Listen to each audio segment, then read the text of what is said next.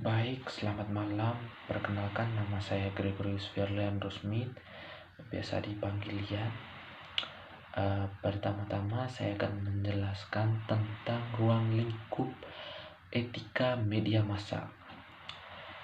Yang pertama, yang perlu kita ketahui, apakah etika media diperlukan oleh masyarakat dan para pengelola media massa itu sendiri?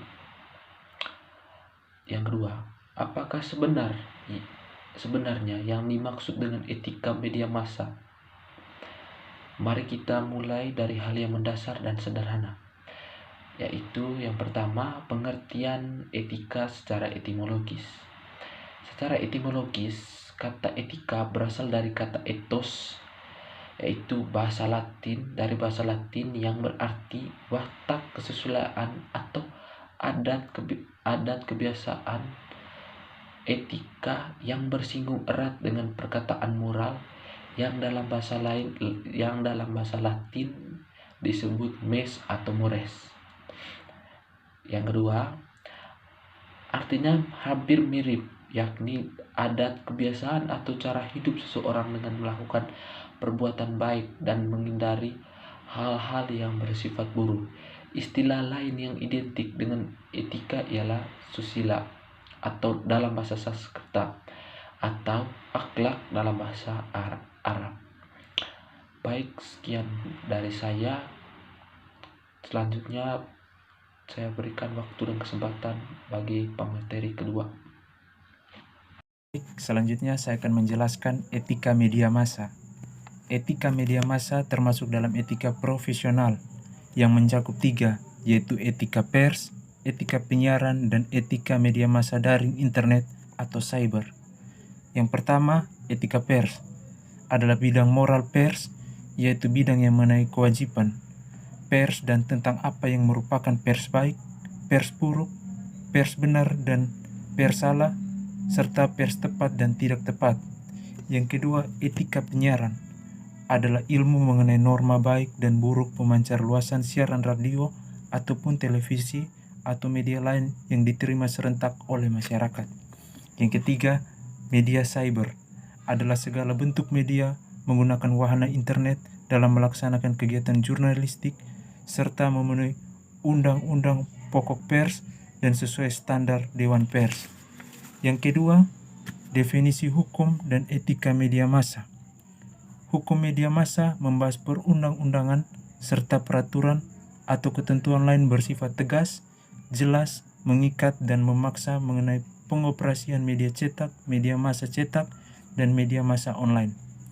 Sedangkan etika media massa diartikan sebagai filsafat moral yang mempelajari dan mengatur tata sikap serta perilaku pers, penyiaran, dan media massa jaringan internet.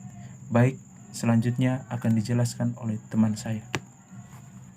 Saya Teresia Dengmaya akan menjelaskan mengenai bahasa hukum media massa. Yang pertama kita lihat tentang pengertian bahasa hukum media massa.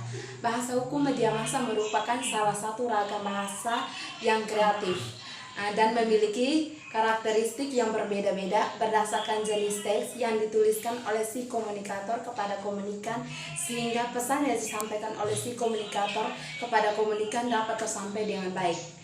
Adapun ciri-ciri dari bahasa hukum media massa yaitu menarik, singkat, padat, dan jelas.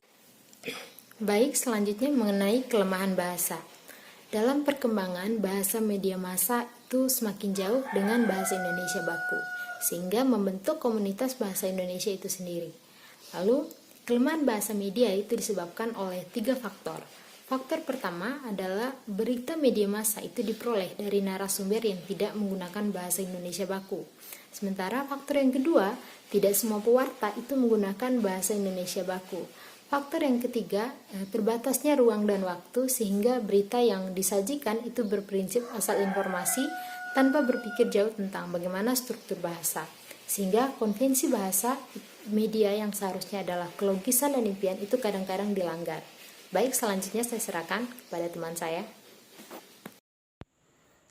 Baik, perkenalkan, nama saya Monika Lanmai. Saya akan menjelaskan materi mengenai penyimpangan bahasa media massa. Nah, terdapat beberapa penyimpangan bahasa media massa yang dapat dibandingkan dengan kaidah bahasa Indonesia yang baku, yaitu yang pertama, penyimpangan morfologis. Nah, penyimpangan ini sering dijumpai pada judul berita surat kabar yang memakai kata atau kalimat katif, yaitu pemakaian kata kerja yang tidak baku dengan menghilangkan afiks-afiks pada kata kerja yang berupa prefiks atau awalan yang dihilangkan. Yang kedua yaitu kesalahan sintaksis. Nah, kesalahan sintaksis ini berupa pemakaian tata bahasa atau struktur kalimat yang sering kurang benar sehingga dapat mengacaukan pengertian. Hal ini disebabkan karena kurangnya logika yang bagus. Yang ketiga yaitu kesalahan kosakata. Kesalahan ini sering dilakukan dengan alasan kesopanan atau meminimalisir dampak buruk pemberitaan. Yang keempat yaitu kesalahan ejaan. Kesalahan ini hampir setiap kali dijumpai pada surat kabar. Kesalahan ejaan juga terjadi dalam penulisan kata. Yang kelima yaitu kesalahan pemenggalan. Nah, terkesan setiap ganti garis pada setiap kolom kelihatan asal penggal tanpa memperhatikan fungsi morfologis kata. Sekian dari saya, terima kasih.